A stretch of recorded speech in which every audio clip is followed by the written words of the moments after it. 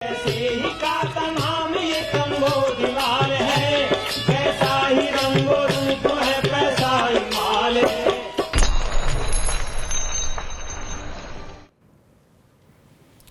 नमस्कार, मैं हूं शुभम शंकरधर। आप देख रहे हैं मनी 9। दिन की सबसे बड़ी, सबसे जरूरी खबरों के साथ तैयार है आपका मनी सेंट्रल। मेरे साथ स्टूडियो में मनी 9 के एडिटर अंशुमान तिवारी जी जुड़ गए हैं। सर, बहुत स्वागत है आपका। और अंशुमान जी के साथ खबरों पर चर्चा शुरू की जाए उससे पहले आपको बता दें कि आज टीम ने कौन सी खबरें चुनी हैं इस शो के लिए। शुरुआत करेंगे म्यूचुअल फंड की एक खबर के साथ। डिस्ट्रीब्यूटर्स को दिए जाने वाले तोहफों पर एमफी ने की सख्ती। क्या ये पूरा मामला है? कहां ये दिए जाते थे गिफ्ट्स? क्या किन तोहफों पर रोक लगेगी? इस पर चर्चा करेंगे। कार बाजार में ये क्या हो रहा है? कार बाजार के आंकड़े आए हैं अप्रैल के, क्या कुछ बता रहे हैं आंकड़े, ये समझेंगे। क्यों बढ़ी मनरेगा की मांग ऐसे समय में जब कटाई चल रही है, नई गुड़ाई निराई की तैयारी हो रही है, बुआई की तैयारी हो रही है, फिर मनरेगा की मांग क्यों बढ़ रही है, इस पर चर्चा करेंगे। बाजार में क्यों ज्यादा बिक रहे महंगे कार और मोबाइल एफएमसीजी प्रोडक्ट, इस पर चर्चा करेंगे कि क्यों आखिर केवल महंगे प्रोडक्ट ही बिक रहे हैं, नीचे की मांग जो अधिकतर बड़ी मांग होती है वो क्यों नहीं निकल रही। तेल विपणन कंपनियों में हिस्सेदारी बढ़ाएगी सरकार, ये भी चर्चा है कि सरकार तेल विपणन कंपनियों में ओएमसीज में अपनी हिस्सेदारी बढ़ा सकती है। 30,000 करोड़ रुपए का बजट में एलोकेशन था, उसका इस्तेमाल कैसे किया जाए, इस पर खींचतान चल रही है। क्या खींचतान है, ये समझेंगे। और आज दिन की सबसे बड़ी खबर एक बार फिर अदानी समूह से होगी। अदानी समूह के खाते क्यों खंगाल रहा सेबी ने 6 महीने का समय मांगा। ये हमने आपको कल बताया था क्यों ये मांगा गया है समय। इस समय से क्या असर होगा अन्य जांचों पर। अब आज सेबी ने कहा है कि हम खाते खंगालेंगे, पिछले 10 साल के सारे आंकड़े देखेंगे। शायद इसीलिए समय मांगा गया था। क्यों ये खंगाली की जा रही है, इन सब पर चर्चा होगी आज के मनी सेंट्रल में। शुरुआत म्यूचुअल फंड की खबर के साथ। म्यूचुअल फंड की मिस सेलिंग मतलब कि आपको जो बताया जा रहा है दरअसल प्रोडक्ट वैसा नहीं है। मिस सेलिंग को रोकने के लिए म्यूचुअल फंड इन इंडिया ने एक एडवाइजरी जारी करी है। एमफी ने कहा है कि निवेश का लक्ष्य हासिल करने के लिए डिस्ट्रीब्यूटर्स को अतिरिक्त फायदा ना पहुंचाया जाए। संगठन ने सिप में निवेश कराने का लक्ष्य पूरा करने वाले डिस्ट्रीब्यूटर्स के लिए पिकनिक, विशेष प्रशिक्षण कार्यक्रम का आयोजन पूरी तरह बंद करने को कहा है। सर, ये क्या पूरा मामला है? किस तरीके से तोहफे दिए जाते थे? शुभम, 2018 में सेबी ने एक आदेश दिया था म्यूचुअल फंड इंडस्ट्री को, और म्यूचुअल फंड इंडस्ट्री के एसोसिएशन एमफी जिसको कहते हैं, उसे आदेश दिया था कि म्यूचुअल फंड्स की बिक्री बढ़ाने के लिए किसी भी तरीके के नॉन कैश इंसेंटिव्स का इस्तेमाल न किया जाए। जो म्यूचुअल फंड डिस्ट्रीब्यूटर्स को जो कमीशन मिलता है सेल्स पर, वही कमीशन रखा जाए। पर ऐसा सामान्य रूप से होता है कि म्यूचुअल फंड में एसआईपी के टारगेट दिए जाते हैं डिस्ट्रीब्यूटर्स को, उन्हें एसआईपी के लक्ष्य पूरे करने होते हैं, और इसके लिए उन म्यूचुअल फंड के लक्ष्य पूरे करने वाले डिस्ट्रीब्यूटर्स को बहुत तरीके की सुविधाएँ, रियायतें, विदेश यात्रा, मनोरंजन के साधन, सुविधाएं उपलब्ध कराई जाती हैं। 2018 से ये मामला प्रस्तावित है, और म्यूचुअल फंड कंपनियां लगातार इस नियम का किसी न किसी तरह से उल्लंघन का रास्ता ढूंढ लेती हैं। एमफी ने अब ये कहा है कि यह व्यवस्था पूरी तरह बंद होनी चाहिए। होता यूँ है कि जब म्यूचुअल फंड के डिस्ट्रीब्यूटर को लक्ष्य दिया जाता है कि उसे एसआईपी का टारगेट पूरा करना है, तो वो निवेशक, जो अधिकतर निवेशक जिन्हें म्यूचुअल फंड उद्योग के बारे में नहीं पता है, उनकी वित्तीय जानकारियां सीमित हैं, उन्हें किसी भी म्यूचुअल फंड की एसआईपी खोलकर उसमें निवेश करने के लिए कह देते हैं। और एक बड़ी संख्या भारत में म्यूचुअल फंड निवेशकों की ऐसी है जिनके पास गलत या कमजोर या अच्छे प्रदर्शन वाले म्यूचुअल फंड नहीं है, और उन्होंने ऐसे म्यूचुअल फंड में निवेश कर रखा है। वो निवेश इसी तरह से आता है क्योंकि डिस्ट्रीब्यूटर्स उसे लाने के लिए तमाम कोशिशें करते हैं, जो कि मिस सेलिंग है एक किस्म की, और उसके लिए उन्हें प्रोत्साहन मिलता है। उम्मीद है कि अब इसके बाद ये बंद होगा। और नहीं भी बंद हो तो अगर कोई म्यूचुअल फंड इन्वेस्टर, डिस्ट्रीब्यूटर आपसे किसी खास म्यूचुअल फंड को खरीदने के लिए कह रहा है, तो कृपया जांच जरूर लें कि क्या म्यूचुअल फंड वास्तव में वो खरीदना चाहिए आपको, कि केवल वो अपना टारगेट पूरा करने के लिए म्यूचुअल फंड आपको टिका रहा है। घरेलू कामकाज करने वाली महिलाओं का देश की जीडीपी की ग्रोथ में कितना योगदान है, इसका आकलन किस तरह किया जाए, उन तरीकों का पता लगाने के लिए सरकार ने प्रयास शुरू किए हैं। इसके लिए सरकार अलग अलग एजेंसियों के जरिए सर्वे कराने की योजना बना रही है, जिससे पता चलेगा कि महिलाएं घर के काम को पूरा करने के लिए कितना समय लगाती हैं। अलग अलग सर्वे से मिलने वाली जानकारी को सरकार अगले साल मार्च में पेश होने वाले आर्थिक सर्वेक्षण में पेश कर सकती है। सर, क्या जांचने की कोशिश है? सर्वे क्यों करा रही है सरकार? शुभम, भारत में घरेलू कामकाज करने वाली महिलाएं जो कहीं रोजगार या नौकरी नहीं करती, उनके काम का भी एक अपना मूल्य है, उसका भी एक वैल्यूएशन है, जिस वैल्यूएशन की बहस बहुत लंबे समय से भारत में अलग अलग तरह से चलती रही है। 2009-10 के दौरान भी इस तरीके की बहस आई थी कि भारत में जो घरेलू कामकाजी महिलाएं वो जितना योगदान कर रही हैं, उसका एक मूल्यांकन होना चाहिए। ये मूल्यांकन इसलिए जरूरी है क्योंकि इसकी गणना जीडीपी में होगी। अगर आप जीडीपी के नज़रिए से देखें और घरेलू कामकाज की महिलाओं के मूल्यांकन को उसमें शामिल कर लिया जाएगा तो जीडीपी का आकार काफ़ी बड़ा हो जाएगा। जीडीपी को बढ़ाने का एक तरीका ये भी हो सकता है, हालांकि वो ये अलग विवाद और बहस का विषय है, लेकिन ये मूल्यांकन होना ज़रूरी है। कुछ पुराने सर्वे ऐसे थे शुभम जो मानते थे कि उनके हिसाब से भारत में आमतौर पर एक महिला जो है वो अपने कामकाज में 299 मिनट्स स्पेंड करती है, जबकि घरेलू कामकाज में, जबकि पुरुष करीब 100 मिनट के आसपास स्पेंड करते हैं, जो 2019 का सर्वे था। और इसका वैल्यूएशन उस हिसाब से होना चाहिए जिस हिसाब से बाजार में लेबर चार्जेस हैं। वुमेन जो है वो अनपेड जो वर्क है उसमें करीब 134 मिनट डेली जिनका उसको कोई पैसा नहीं मिलता उसे उसमें वो लगाती है, जबकि मनुष्य मेन जो हैं पुरुष हैं वो केवल 76 मिनट लगाते हैं। अगर ये गणना होती है और इसके आधार पर दर तय की जाती तो इससे हमें भारतीय अर्थव्यवस्था के एक बड़े हिस्से के बारे में जानकारी मिलेगी। दुनिया के कई देशों में जो होम मेकर्स हैं, जो घर में काम करने वाली महिलाएं हैं, जो परिवार की महिलाएं, उनके कामकाज के उनके काम का वैल्यूएशन और मूल्यांकन होता है। वित्त वर्ष 2022-23 के दौरान देश में कर्ज लेकर खर्च करने वालों की संख्या बढ़ने की वजह से क्रेडिट कार्ड के आउटस्टैंडिंग कर्ज में 31% की बढ़ोतरी हुई है। रिजर्व बैंक के आंकड़े बताते हैं कि मार्च के अंत तक देश में कुल क्रेडिट कार्ड आउटस्टैंडिंग 1,94,000 करोड़ रुपए दर्ज की गई, जो 2022 के मार्च तक 1,48,000 करोड़ रुपए हुआ करती थी। बीते एक साल में ये तेजी से बढ़ी है। सर, क्यों बढ़ रही है ये क्रेडिट कार्ड की खरीदारी? दो वजहें हो सकती हैं। पहली चीज़ तो ये कि हमें इनकम में कमी का लोगों की आय में कमी का असर दिखाई दे रहा है और इसलिए क्रेडिट कार्ड पर खर्च ज़्यादा बढ़ रहा है। एक पहलू इसको देखने का ये हो सकता, और दूसरा पहलू ये हो सकता है कि क्रेडिट कार्ड जो रख रहे हैं उनके पास इतने संसाधन हैं कि वो क्रेडिट कार्ड पर खरीदारी कर रहे हैं। पर आंकड़े इसके भीतर जाकर देखें तो थोड़ा और कुछ तस्वीर बताते हैं। आरबीआई का आंकड़ा बताता है कि क्रेडिट कार्ड की स्पेंडिंग 2023 में करीब 14.33 लाख करोड़ रुपए रही, यानी क्रेडिट कार्ड के जरिए 14.33 लाख करोड़ रुपए का खर्च हुआ, जबकि 2022 में ये 9.72 करोड़ रुपए था। अभी तक के जो आंकड़े दिखाई देते हैं पिछले वित्त वर्ष की तुलना में, यानी क्रेडिट कार्ड से खर्च ज़्यादा बढ़ा है। और क्रेडिट कार्ड से खर्च जब भी किया जाता है तो आमतौर पर वो 30 दिन से 45 दिन का कर्ज ही होता है, और इसी को आरबीआई या बैंकों के नियमों में अनसिक्योर्ड लोन कहा जाता है। इसी लोन के बदले कोई सिक्योरिटी नहीं होती। तो ये इस लोन का दायरा बढ़ना बैंकों के लिए भी चिंता की बात है। क्रेडिट कार्ड से होने वाली शॉपिंग बाजार में अच्छी डिमांड का भी संकेत होती है, लेकिन क्रेडिट कार्ड से होने वाली शॉपिंग कर्ज में फंसने का भी संकेत होती है। आपको याद होगा कि मनी 9 ने अपना एक पर्सनल फाइनेंस सर्वे पिछले साल किया था, जिसमें पता चला था कि बहुत सारे लोग क्रेडिट कार्ड का समय पर पेमेंट नहीं करते। एक बड़ा हिस्सा ऐसा है जो अपने पेमेंट्स को रोल ओवर करता है, अपने पेमेंट में मिनिमम पेमेंट करता है और बाकी पेमेंट बाद में करता है। और क्रेडिट कार्ड से बहुत सारी ऐसी घरेलू जरूरत की चीज़ें खरीदी जाती हैं जो आमतौर पर ये बताती हैं कि कैश मैनेजमेंट परिवारों का कमज़ोर है और इसलिए उन्हें उधार से ग्रॉसरी और बाकी चीज़ें खरीदनी पड़ रही हैं, जबकि क्रेडिट कार्ड से आमतौर पर लग्जरी या बाकी चीज़ें खरीदी जाती हैं। तो ये आंकड़ा महत्वपूर्ण है। बैंकों ने करीब 1.17 करोड़ क्रेडिट कार्ड दिए हैं 2022-23 में, और अब इनका क्रेडिट आउटस्टैंडिंग जो है वो 8.53 करोड़ रुपए के आसपास है, जो मार्च 2023 का आंकड़ा है। यानी क्रेडिट कार्ड पर 8.53 करोड़ रुपए की बकायदारी है। देश में जैसे जैसे ऑनलाइन लेन देन बढ़ा है वैसे वैसे ऑनलाइन पेमेंट फ्रॉड भी बढ़ रहे हैं। वित्त वर्ष 2022-23 में सितंबर से मार्च तक बैंकों और पेमेंट ऑपरेटर ने 1750 करोड़ रुपए के ऑनलाइन पेमेंट फ्रॉड रिपोर्ट किए हैं। इसमें 800 करोड़ रुपए से ज़्यादा के फ्रॉड केवल मार्च तिमाही में ही रिपोर्ट किए गए हैं। सर, ये कौन से फ्रॉड हैं जो लगातार बढ़ रहे हैं? शुभम, में याद होगा कि रिजर्व बैंक ने पिछले साल सितंबर अक्टूबर के बाद बैंकों से फ्रॉड रिपोर्टिंग की एक नई व्यवस्था में शामिल होने के लिए कहा था, और एक सेंट्रलाइज फ्रॉड रिपोर्टिंग व्यवस्था बनाई गई थी जिसमें सारे बैंक, पेमेंट ऑपरेटर्स, एनबीएफसीज और वित्तीय कंपनियां अपने यहाँ होने वाले अलग अलग फ्रॉड्स की सूचना देती हैं। और उस सूचना की पहली किश्त हमारे सामने आई है, जहाँ से ये आंकड़ा निकल कर आया जो रिजर्व बैंक की रिपोर्ट का हिस्सा है। इस आंकड़े के हिसाब से सबसे महत्वपूर्ण चौंकाने वाली बात है, अगर आप संख्या देखें तो संख्या बड़ी नहीं है, करीब 2.25 लाख ट्रांजेक्शन हुए हैं जिनमें करीब 333 करोड़ रुपए के आसपास के पेमेंट्स हुए हैं। फ्रॉड्स की संख्या जो 1750 करोड़ की है वो पेमेंट के हिस्से में सबसे ज़्यादा है।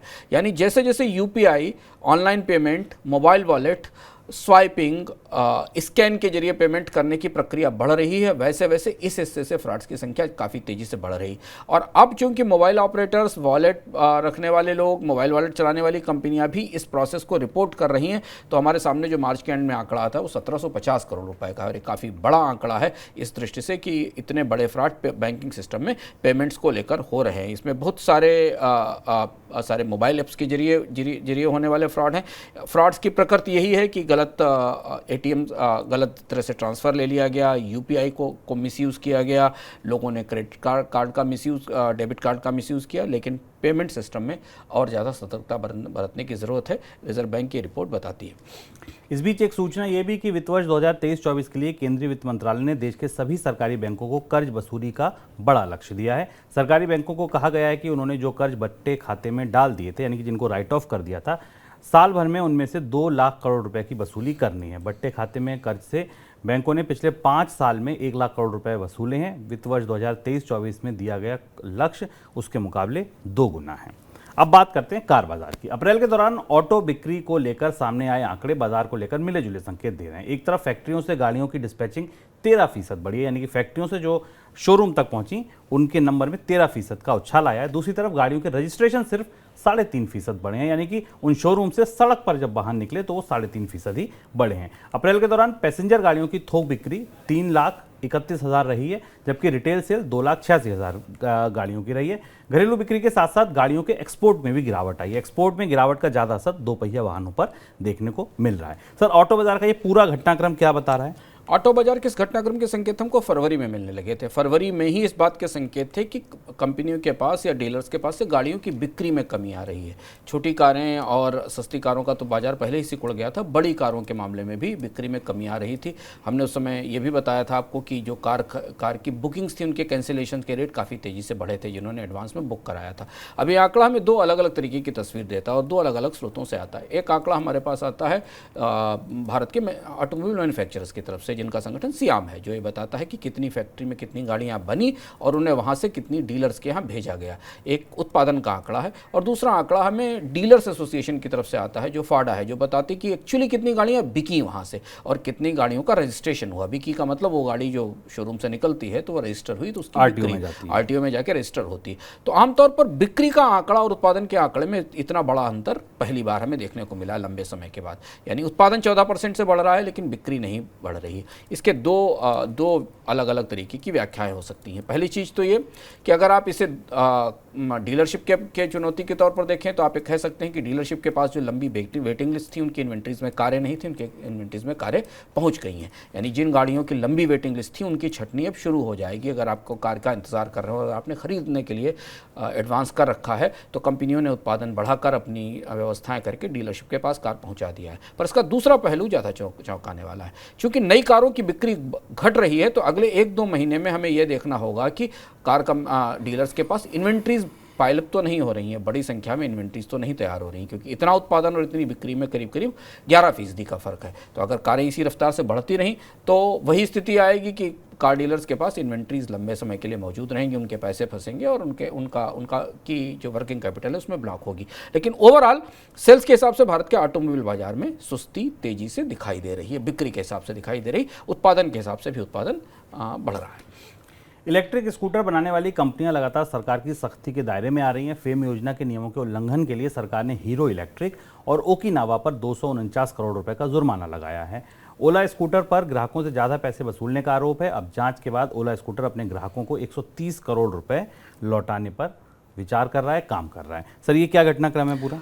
ओकिनावा और हीरो मोटर्स को जो सरकार की सब्सिडी स्कीम है, फेम सब्सिडी स्कीम, जिसके जरिए सरकार ने इलेक्ट्रिक व्हीकल्स को बढ़ावा देने की बात कही थी। नीति आयोग ने लक्ष्य रखा था कि भारत में अगर कार्बन उत्सर्जन कम किया जाना है तो 2 व्हीलर्स की सेल बढ़ाई जानी चाहिए। उसके लिए सरकार एक फेम सब्सिडी स्कीम लेकर आई थी, जिसमें कंपनियों को 10 से 25 हज़ार रुपये तक की पर स्कूटर की सब्सिडी दी जाती थी और कंपनियों के लिए शर्त थी कि वो जो इलेक्ट्रिक स्कूटर बनाएंगी उसमें भारतीय पुर्जों का, भारतीय सामानों का, भारतीय बैटरी का इस्तेमाल करेंगे। ऐसा नहीं हुआ। पिछले 1 साल में ये पूरी स्कीम किस्म किस्म के फ्रॉड, किस्म किस्म की गलत रिपोर्टिंग से भर गई। सरकार ने छापेमारी की, जांच की, पड़ताल की और ये पता चला कि हीरो और ओकिनावा जैसी कंपनियों ने इस स्कीम की गाइडलाइंस का पालन नहीं किया है और इसलिए अब ओकिनावा ऑटोटेक पर 116 करोड़ रुपए और हीरो इलेक्ट्रिक पर 133 करोड़ रुपए का जुर्माना लगाया गया है, क्योंकि इन्होंने जो क्रमशः स्कूटर बनाने का जो कार्यक्रम था जिसमें क्रमशः उन्हें भारतीय पुर्जों का इस्तेमाल करना था, उसका पालन नहीं किया है। इसके साथ फेम स्कीम को लेकर भी बहुत सारे सवाल अब खड़े हो रहे हैं, क्योंकि इस स्कीम में जिस तरीके के फ्रॉड, सब्सिडी की मिस रिपोर्टिंग्स निकल रही हैं वो चुनौतीपूर्ण है। आमतौर पर शुभम, सब्सिडी पर केंद्रित जो भी उत्पादन बढ़ाने की स्कीमें होती हैं उनमें रिपोर्टिंग को लेकर बहुत सारे मुद्दे जरूर हमेशा आते हैं। और दूसरा मुद्दा ओला का है, जिसमें ओला को 130 करोड़ रुपए वापस करने के लिए कहा है, क्योंकि ओला ने जो अपने स्कूटर बेचे थे उसके साथ चार्जर की कीमत भी लगा दी थी अलग से। आप मोबाइल खरीदने जाते हैं तो चार्जर की कीमत नहीं ली जाती, पर ओला ने अपने स्कूटर के साथ चार्जर की कीमत भी लगाई थी और ये भी पाया गया, तो ओला उस चार्जर की कीमत को वापस करेगा। प्रधानमंत्री ग्रामीण रोजगार योजना यानी मनरेगा के तहत काम मांगने वालों की संख्या अप्रैल के दौरान लगातार तीसरे महीने बढ़ी है। 10 महीने के ऊपरी स्तर पर पहुंच गई है। ये अप्रैल के दौरान रबी सीजन की कटाई में हुई देरी की वजह से कृषि क्षेत्र में काम कम थे और इस वजह से मनरेगा के तहत काम मांगने वालों का आंकड़ा बढ़ा है। अप्रैल में 3 करोड़ 18 लाख लोगों ने मनरेगा के तहत रोजगार मांगा है, लिया है, जो मार्च के मुकाबले 12% ज़्यादा है। हालांकि आंकड़े की तुलना अगर अप्रैल 2022 से करें यानी बीते साल से करें तो ये 3% कम है। 3% कम लोगों ने काम मांगा है। सर, मनरेगा में क्यों बढ़ रही है काम की मांग? अप्रैल के महीने में मनरेगा में काम की मांग बढ़ना थोड़ा चौंकाने वाला आंकड़ा है, क्योंकि आमतौर पर अप्रैल में 2 तरीके के काम गांवों में होते हैं। एक तो फसल की कटाई का और दूसरा अगली फसल की तैयारी का, जो कि बीज की फसलें जिन इलाकों में की जाती हैं रबी के बाद। लेकिन इस महीने गांव में काम नहीं था खेतों में, और इसे सीधे आप मौसम के असर से जोड़ सकते हैं। जो मौसम का असर था, फसलों की कटाई में देरी हुई और कई जगह फसल चक्र प्रभावित हुआ, उसका असर हमें ग्रामीण इलाकों में रोजगार पर दिखाई दिया। तो अप्रैल का महीना जब मनरेगा की मांग सबसे कम होती है, उस दौरान मनरेगा की मांग में 12% की बढ़ोतरी हमें दिखाई दी। और ये ग्रामीण अर्थव्यवस्था में अभी मौजूदा कमजोरी जो मौजूद है पहले से उसके और बढ़ने का संकेत है। जबकि सरकार ने इस साल मनरेगा के लिए ज़्यादा बजट आवंटित नहीं किया था। ये माना था कि मनरेगा को क्रमशः सीमित किया जाएगा। हालांकि बाद में सरकार की तरफ से भी कहा गया था कि ज़रूरत होगा तो मनरेगा के लिए पैसा दिया जाएगा। अब अगर अप्रैल के महीने में ही मनरेगा की जॉब की मांग सबसे ज़्यादा है, तो मई और जून के जो महीने हैं जहाँ पर आमतौर पर ग्रामीण इलाकों में काम नहीं होता है, रोजगार नहीं होता है, वहाँ मांग और ज़्यादा होने की संभावना दिखाई दे रही है। यानी कि ग्रामीण इलाकों में खेती से जुड़े हुए कामकाज की मांग तो अब खरीफ की फसल के साथ ही, खरीफ की बुआई के साथ ही दिखाई देगी। इस बीच सर, खबर यह भी है कि बाजार में जो महंगे उत्पाद हैं उनकी बिक्री है, चाहे वो FMCG उत्पाद हों, चाहे वो मोबाइल हों, एप्पल, वन प्लस जैसे, या बात कर लीजिए कारों की, तो वहाँ भी महंगी कारों की बिक्री है, एंट्री लेवल कारें नहीं बिक रही हैं। ऐसा क्यों है? क्या इसके भी तार कहीं यहीं ग्रामीण अर्थव्यवस्था से जुड़ते हैं?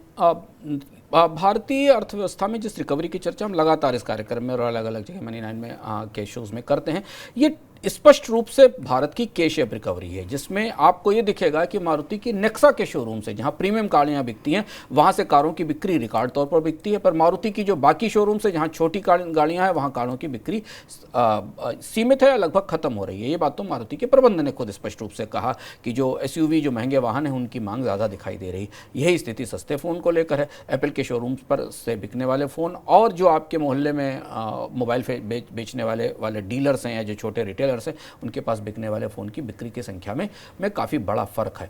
धीमे धीमे जैसे जैसे भारतीय अर्थव्यवस्था कोविड से बाहर उभरने की कोशिश कर रही थी पिछले 1 साल से, एक बहुत बड़ा बदलाव आया, और ये बदलाव भारतीय अर्थव्यवस्था में इनकम की दृष्टि से, खपत की दृष्टि से, भारतीय बाजार को बढ़ाने की दृष्टि से, भारत में मध्य वर्ग का दायरा बढ़ाने की दृष्टि से बेहद चुनौतीपूर्ण है कि भारत में अधिकांश नई मांग अब केवल उन उत्पादों में आ रही है जहां पर ये रिप्लेसमेंट बाइंग है, सेकेंडरी बाइंग है या लग्जरी बाइंग है। या तो कोई फ़ोन रखने वाला अपना फ़ोन बेहतर कर रहा है या पुरानी कार रखने वाला नई कार खरीद रहा है। जबकि हमारी ज़रूरत ये थी कि हम वॉल्यूम में बड़ी बिक्री बढ़ाएं, यहाँ पर सस्ती कारों का, सस्ती बाइक्स की बिक्री बढ़े, जिससे कि लोगों की ज़िंदगी बेहतर हो सके। ऐसा नहीं हुआ, और इसमें 2 बड़े फैक्टर हैं। एक फैक्टर ये है कि ग्रामीण और कस्बाई इलाकों में लोगों की इनकम में लगातार गिरावट हुई है, जो हमें अभी भी दिखाई दे रही। और दूसरी चीज़ है कि कंपनियों ने कीमतों में काफ़ी बढ़ोतरी की है, चाहे वो इलेक्ट्रॉनिक्स प्रोडक्ट माने या ऑटोमोबाइल देखें, सब में पिछले 1 साल के दौरान 10 से 15 से 20% तक की बढ़ोतरी हो चुकी है। ये बढ़ोतरी ऊपर के प्रीमियम सेगमेंट को ज़्यादा इफेक्ट नहीं करती। वहाँ पर अगर कीमत 15 से 20%, 25% बढ़ भी जाती है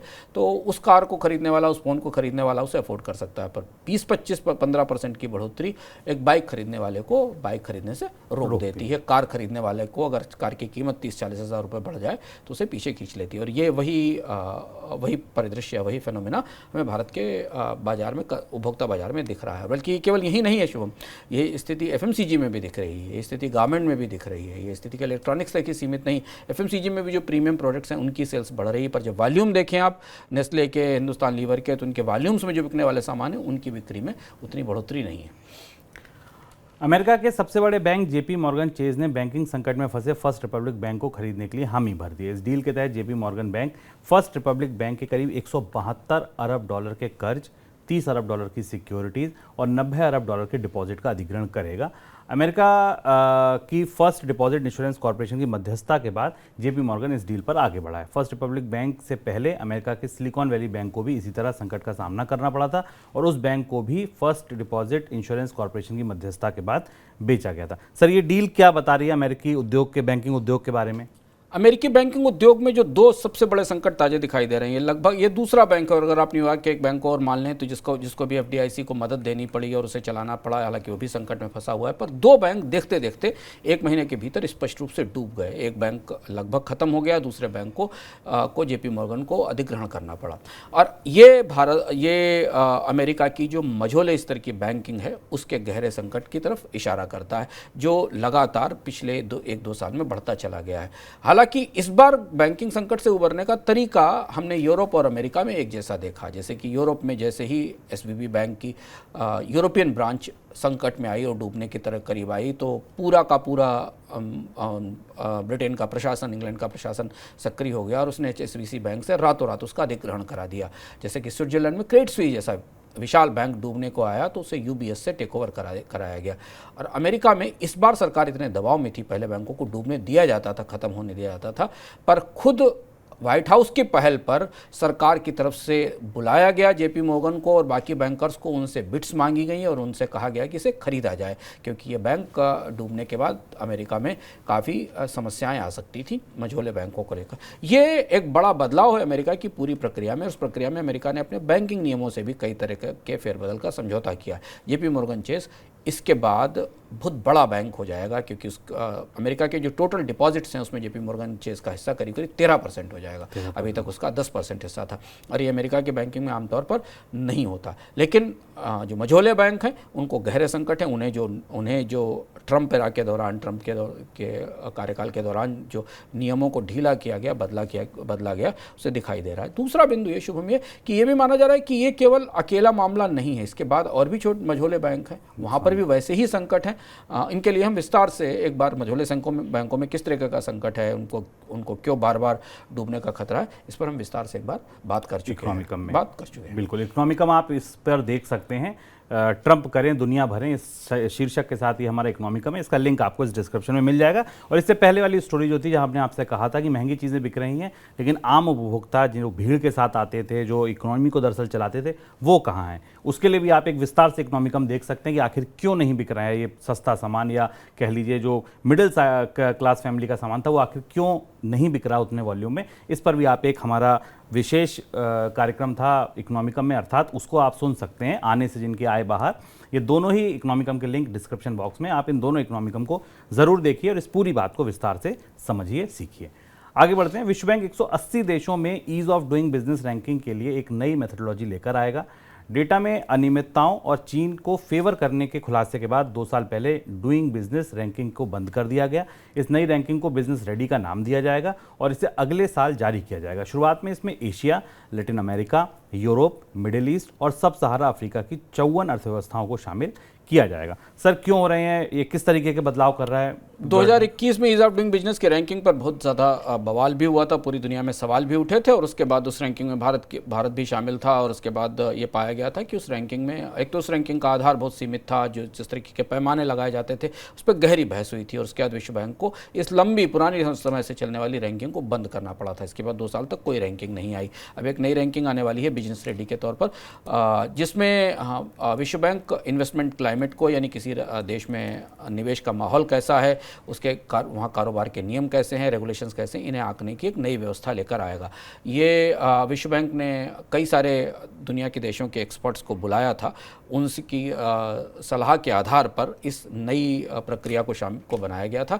इसमें प्राइवेट सेक्टर को भी शामिल किया गया था, सिविल सोसाइटी ग्रुप्स को भी शामिल किया गया था, लेबर ऑर्गेनाइजेशन को भी शामिल किया गया था। और पहली बार विश्व बैंक ने दुनिया में कारोबारी माहौल नापने के लिए इतनी बड़ी कवायद की थी, जिस कवायद से ये बिजनेस रेडी नाम की नई रैंकिंग निकली है। इसका इंतज़ार रहेगा कि ये रैंकिंग आए और उसमें किस तरह से रैंकिंग की गई, उसके पैमाने क्या क्या हैं, उसके बारे में इंतज़ार रहेगा, क्योंकि अभी फ़िलहाल दुनिया में ईज़ ऑफ डूइंग बिजनेस जाने के बाद कोई ऐसी नेशन वाइड या कोई इंटरनेशनल रैंकिंग नहीं जो बता सके कि कौन से देश में कारोबार का माहौल प्रतिस्पर्धी रूप से कितना बेहतर है। एक तरफ सरकार जहां अपनी कंपनियों के निजीकरण को बढ़ावा दे रही है, तो दूसरी तरफ कुछ कंपनियों में हिस्सेदारी बढ़ाने की बात भी सामने आई है। सरकार 3 ऑयल मार्केटिंग कंपनियों यानी इंडियन ऑयल, भारत पेट्रोलियम और हिंदुस्तान पेट्रोलियम में हिस्सेदारी बढ़ा सकती है। हालांकि हिस्सेदारी पर फैसला कंपनियों की तरफ से कैपिटल निवेश योजना सौंपे जाने के बाद ही होगा। सरकार ने बजट में ऑयल मार्केटिंग कंपनियों के लिए 30,000 करोड़ रुपए के कैपिटल सपोर्ट का प्रावधान रखा है। इस कैपिटल सपोर्ट के बदले हिस्सेदारी बढ़ाई जाने का फैसला होगा। सर, ये किस तरीके की खींचतान है, क्या मामला है ये? तेल कंपनियों को लेकर सरकार कुछ गहरे असमंजस में दिखती है। इस असमंजस के कई सारे आयाम दिखते हैं। एक तो पिछले 1 साल के दौरान भारत में कच्चे तेल की कीमतें, दुनिया में कच्चे तेल की कीमतें ऊपर नीचे कहीं भी हों, तेल की कीमतें स्थिर रहीं और आमतौर पर हायर साइड में रही हैं, ऊंची रही हैं, कटौती नहीं हुई। तो तेल कंपनियों के मुनाफों में बेहतर बढ़ोतरी भी हुई है। दूसरी चीज़ ये कि भारत में तेल कंपनियाँ ज़बरदस्त कैश पर बैठी हुई हैं, उनके कैश रिजर्व काफ़ी ज़्यादा हैं, वो उनके पास नए निवेश के मौके नहीं, खासतौर से ऑयल मार्केटिंग कंपनीज, क्योंकि भारत में रिफाइनिंग कैपेसिटी काफ़ी बनी हुई है। पहले से उस रिफाइनिंग कैपेसिटी को बढ़ाने की संभावना सीमित है, क्योंकि भारत में ज़रूरत के मुताबिक और निर्यात की ज़रूरत के मुताबिक कैपेसिटीज़ मौजूद हैं, तो उनके पास बड़े कैश रिजर्व मौजूद हैं। तीसरी चीज़ है कि सरकार की तरफ से उन्हें सस्ती एलपीजी देने के लिए या कई बार और सस्ते फ्यूल देने के लिए सब्सिडी दी जाती है। वो 30,000 करोड़ के आसपास की सब्सिडी है। पिछले साल भी 22,000 करोड़ की सब्सिडी दी गई थी। अब एक दिलचस्प चर्चा शुरू हुई है कि कंपनियों को जो बजट से सब्सिडी दी जाती है, उसके बदले सरकार उनसे कह रही है कि उनको अपनी हिस्सेदारी देनी होगी। अब ये एक किस्म की असंगति है, क्योंकि हमें याद है कि पिछले साल तक तो सरकार बीपीसीएल को बेचने जा रही थी। उसको बेचने के लिए एक राउंड बातचीत भी हो गई थी, 2 अंतर्राष्ट्रीय कंपनियों से भी चर्चा शुरू हो गई थी। एक बड़ी भारत की सरकारी पेट्रोलियम कंपनी का स्ट्रेटेजिक सेल करने की तैयारी हो रही थी, और अब अचानक पलटकर हम देखते हैं कि साल की शुरुआत में सरकार इन कंपनियों से में अपनी हिस्सेदारी बढ़ाने की बात कर रही है। शायद इसके पीछे ये भी एक शर्त रखी गई है कि कंपनियों को सब्सिडी तब दी जाएगी जब वो अपनी नए निवेश की योजनाएं लेकर आएंगी। पर ऑयल मार्केटिंग कंपनियों के पास नए निवेश की संभावनाएं अभी फिलहाल सीमित है। तो ये जद्दोजहद आने वाले समय में कुछ और खबरें लेकर आएगी, इस पर हमारी निगाह बनी रहेगी। चलिए अब आगे बढ़ते हैं दिन की सबसे बड़ी खबर की ओर।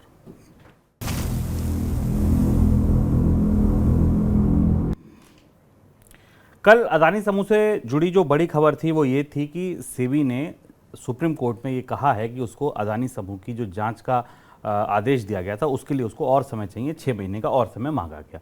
लेकिन इस बीच आज अदानी समूह से जुड़ी 2 बड़ी खबरें फिर आईं। 2 नतीजे आए वो भी आपको बता देंगे, लेकिन 2 खबरें जो बड़ी आईं वो आप पहले सुनिए। कैपिटल मार्केट रेगुलेटर सेबी ने अदानी मामले की जांच के लिए अदानी ग्रुप कंपनियों के बैंक खातों से हुए लेन देन को खंगालने की योजना बनाई है।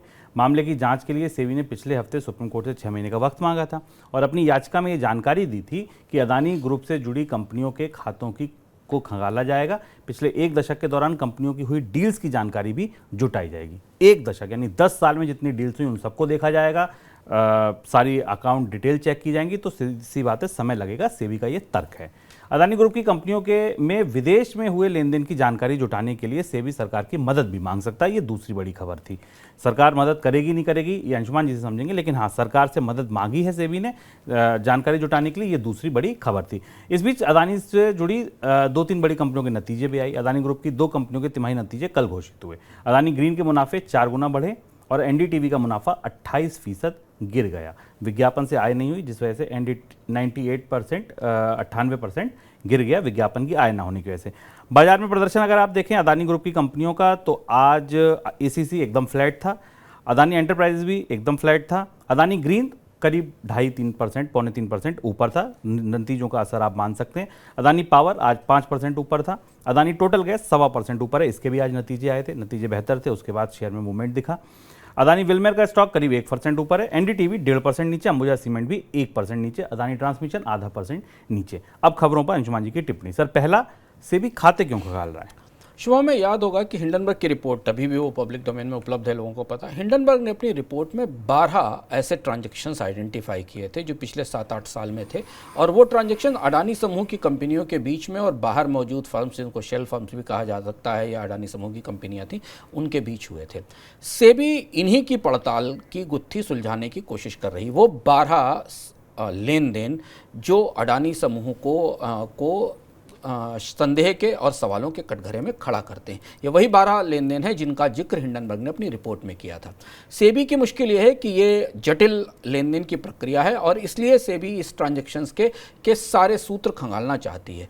सेबी की तरफ से जो संकेत दिए गए, जिस तरीके की खबरें हमारे पास आई, उस हिसाब से इस जांच को आगे बढ़ाने के पीछे वजह ये थी कि ये 12 जो ट्रांजैक्शंस हैं, इनमें बहुत कुछ छिपा हो सकता है, जिन्हें जानने के लिए सेबी को अडानी समूह की और गहरी पड़ताल की ज़रूरत है। पड़ताल 2 तरह से होगी। संकेत हैं कि सेबी ने अडानी समूह की अलग अलग कंपनियों को अलग अलग नोटिस भेजे हैं, उनसे सवालों पर जवाब मांगा है, उनसे स्पष्टीकरण मांगा है। उस स्पष्टीकरण के बारे में वो सेबी के पास आएगा या आया होगा तो सेबी उसके बारे में अपनी रिपोर्ट में जानकारी देगी। और दूसरी चीज़ है कि स्पेसिफिक वित्तीय ट्रांजैक्शंस हैं, क्योंकि ट्रांजैक्शंस एक कंपनी से दूसरी कंपनी में हुए, दूसरी कंपनी से तीसरी कंपनी में हुए, वो शायद शेयर बाजार तक आए या कहीं बाहर में निवेश किए गए। इसके लिए उन सारे बैंक नेटवर्क्स को खंगाला जाएगा जहां से ये ट्रांजैक्शन घूमकर आए हैं। और अंततः हिंडनबर्ग की रिपोर्ट में जो सबसे महत्वपूर्ण बात निकल कर आई थी ट्रांसपेरेंसी को लेकर, सेबी अब उसके ऊपर पड़ताल करने में लग गई है। बैंकों के खाते खंगालने की प्रक्रिया पहली बार शुरू हो रही है अडानी समूह के साथ। हिंडनबर्ग की रिपोर्ट आने के बाद भारत का प्रमुख रेगुलेटर अडानी समूह के बैंकिंग खाते खंगाल कर उन विनिमय के बारे में, उस लेन देन के बारे में जानकारी जुटाने की कोशिश कर रहा है, जिन पर गहरा संदेह है नियमों के उल्लंघन का। सर, इस सरकार से मदद मांगने की जरूरत क्यों पड़ी? दूसरा महत्वपूर्ण मुद्दा सरकार से मदद मांगने का है। जैसा कल हम लोगों ने अपनी चर्चा में कहा था कि अडानी समूह या के ट्रांजैक्शंस, अडानी समूह के जो वित्तीय कामकाज हैं, वो उन देशों में हैं जिन देशों के कानून वहाँ काम करने वाले निवेश करने वालों को अपने यहाँ गोपनीयता की सुविधा देते हैं। यानी आप वहाँ की कोई जानकारी सामान्य रूप से हासिल नहीं कर सकते। जो फॉरेन पोर्टफोलियो इन्वेस्टर्स के नाम से जो निवेश अडानी समूह में आया, यही सबसे बड़ा संदेह का सवाल है कि वो फॉरेन पोर्टफोलियो इन्वेस्टर्स कौन थे, उनमें अडानी समूह की तरफ से गया हुआ पैसा लगा था या वो अलग से एंटिटी थे। इनकी जानकारी नहीं मिलती क्योंकि वो उन देशों से नहीं मिलती है। इसका एक ही तरीका है कि जब सरकार से सरकार के स्तर पर वो आंकड़े मांगे जाएं या जानकारी मांगी जाए तब मिलेगी। तो ऐसा संकेत मिल रहा है कि सेबी इस पड़ताल को और ज़्यादा नतीजे तक पहुँचाने के लिए सरकार से कहेगी कि वो विभिन्न ज्यूरिडिक्शंस से, विभिन्न देशों से जहाँ जहाँ अडानी समूह के कामकाज हैं या चल रहे हैं, वहाँ से उनकी सरकारों से ये जानकारी उपलब्ध कराई जाए। सुप्रीम कोर्ट को शायद सेबी यही बताने जा रही है कि ये 2 बड़े हिस्से हैं जहां से उसे सूचनाएं मिलने की संभावना है। लेकिन आप जो इस पूरे घटनाक्रम से ये चीज़ स्पष्ट रूप से पता चल रही है कि अडानी समूह की जांच को लेकर जितने सवाल उठे थे, उन पर अब जांच और पड़ताल शुरू तो हो ही गई है गहराई से। उसकी रिपोर्ट में क्या निकलता है, इसका हमें इंतजार रहेगा। सरकार इसकी मंजूरी देगी कि नहीं देगी, सरकार मदद करेगी कि नहीं कहेगी, कहना मुश्किल है। लेकिन सरकार ने संसद में ये ज़रूर कहा था, हमें याद है कि सरकार तो नहीं लेकिन सेबी इस मामले की जांच कर रही है और सरकार उस पर नज़र रख रही है। तो इस जानकारी को मांगने के लिए अगर सुप्रीम कोर्ट बीच में आता है तो सुप्रीम कोर्ट के आदेश से फिर सरकार को ये जानकारियाँ जुटाकर सेबी की जांच पूरी कराने के लिए देनी होंगी। देख लेते हैं मनी सेंट्रल झटपट।